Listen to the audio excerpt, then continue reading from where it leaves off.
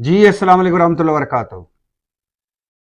और बिलाखिर असद उमर भी पाकिस्तान तहरीक इंसाफ छोड़ गए।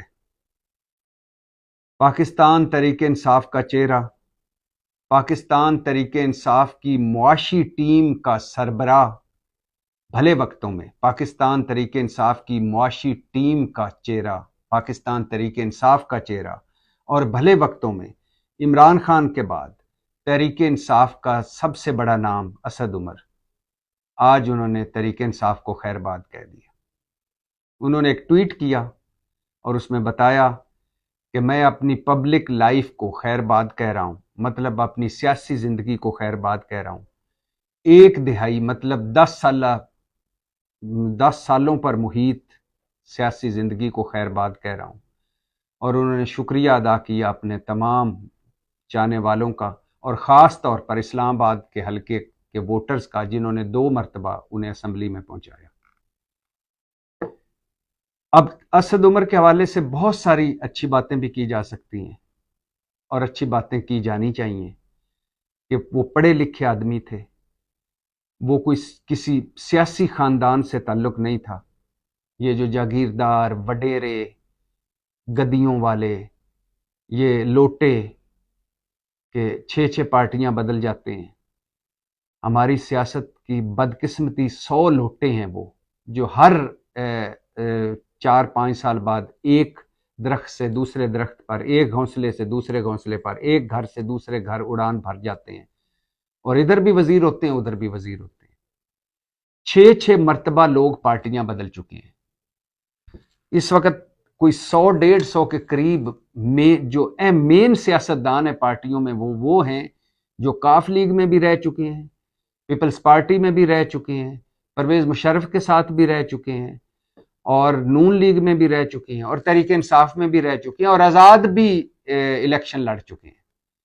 तो ये जो यादगार तारीख साज लोटे हैं, और ये हर जब भी मुश्किल वक्त आता है किसी पार्टी पे, उस पार्टी को छोड़कर दूसरी पार्टी में चले जाते हैं, ये मौजूद हैं।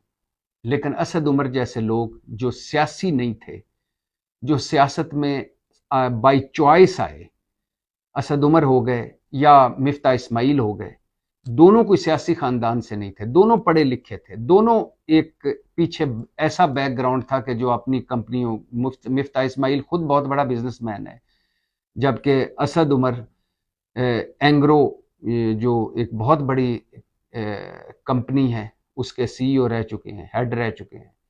तो पढ़े लिखे लोगों का हशर, यानी सियासत में आके क्या होता है, ये मिफ्ता से देख लें, जो अब पार्टी की अंदरूनी सियासत का शिकार हुए, और चूंकि इसहाक डार समधी थे नवाज शरीफ साहब के, इसलिए उनसे मार खा गए, और इसलिए मरियम नवाज ने उनको कहा कि ये क्या अजीब सा आदमी है, इस मजाक उड़ाया जाता है इसका, और सलमान शहबाज ने उसे जोकर कहा।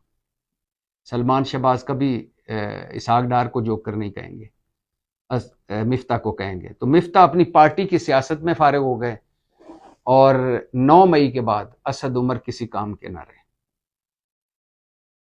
असद उमर की अच्छी चीज़ें, पढ़े लिखे आदमी थे, लॉजिक के साथ बात करते थे, गालम गलूच और वाले कल्चर से दूर थे।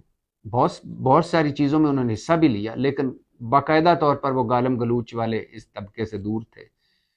मुआशी तौर पर उन पर बहुत तवक्कुआत थी, और इमरान खान के बड़े करीब थे, पार्टी के वफादार थे, और हमेशा पार्टी को डिफेंड करते रहे, और मिडिल क्लास से थे।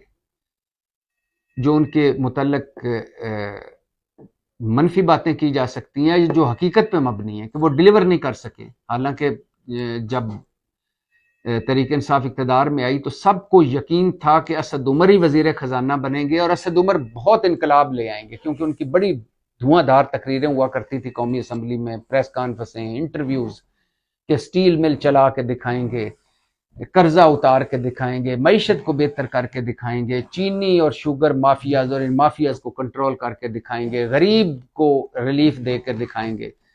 लेकिन वो ना दिखा सके, और 6 महीने बाद एक रात 12 बजे इमरान खान ने उनको वजीर खजाना से हटाया, और उस दिन असली असद उमर गायब हो गया। फिर उसके बाद दोबारा उनकी इनिंग्स शुरू हुई। وہ وزیر خزانہ تو نہ بنے لیکن وزیر بن گئے، مگر وہ اصل جو اسد عمر تھا، جو تحریک انصاف کا اصل آدمی تھا، جو عمران خان کے منہ پہ بھی بات کر جاتا تھا، وہ غائب ہو گیا۔ پھر وہ ڈرے رہے، سہمے رہے، محتاط رہے۔ تو 9 مئی ہوا تو انہوں نے ایک پریس کانفرنس کی، 9 مئی کی مذمت کی، اور اس کے علاوہ اس سارے کام سے لا تعلقی اختیار کی، اور اس سارے 9 مئی کے ہونے کا سارا جو ذمہ دار عمران خان کو ٹھہرایا اور چند پارٹی سیاستدانوں کو ٹھہرایا۔ اس پریس کانفرنس کے بعد پاکستان تحریک انصاف اور خاص طور پر عمران خان نے ان سے دوری اختیار کر لی۔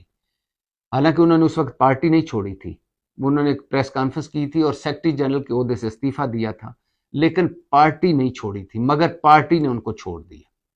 اس کے بعد ان کے پاس آپشن کیا تھے؟ نون لیگ وہ جا نہیں سکتے تھے، پیپلز پارٹی انہیں قبول نہیں کر سکتی تھی، نہ وہ جاتے۔ جہانگیر ترین گروپ وہ جا نہیں سکتے تھے، کیونکہ جہانگیر ترین اور ان کے درمیان کبھی بھی تعلقات خوشگوار نہیں رہے، ہمیشہ وہ جہانگیر ترین کے دوسرے کیمپ میں رہے، اور وہ اپنی وزارت کے جانے کا ایک وجہ جہانگیر ترین کو بھی گردانتے تھے۔ پرویز خٹک گروپ وہ گئے نہیں، تحریک انصاف ان کو قبول نہیں کر رہی تھی، انہوں نے کوشش بھی کی، بیک ڈور رابطے بھی کرنے کی کوشش کی، لیکن تحریک انصاف نے انہیں قبول نہیں کیا۔ تو اس کے بعد ان کے پہ مقدمے بھی تھے، پیشیاں بھی بھگتے رہے، اور بالآخر انہوں نے تحریک انصاف کو خیر باد کہہ دیا۔ اب یہ کئی مرتبہ میں کہہ چکا ہوں، اور میں دل سے کہتا ہوں کہ 9 مئی کے ملزموں اور مجرموں کو نہیں چھوڑنا چاہیے، لیکن پوری تحریک انصاف کو ختم کرنا یہ اس ملک کے ساتھ ظلم ہوگا۔ تحریک انصاف کو بحیثیت جماعت ہی ختم کر دینا یہ ایسا ظلم ہوگا کہ جس کے بعد پھر سے پیپلز پارٹی اور مسلم لیگ نون سمیت 4-5 وہ شاہی خاندان جو ہیں، جو نسل در نسل ہم پہ حکمرانیاں کر رہے ہیں، وہ پھر سے قابض ہو جائیں گے۔ یہ جن جپھا توڑا تھا عمران خان نے ان شاہی خاندانوں کا، 5 کروڑ ووٹر ہیں پاکستان کے جو 18 سال کی عمر سے 35 سال کی عمر کے درمیان ہے، اور ان میں سے اکثریت تحریک انصاف کے ساتھ ہے۔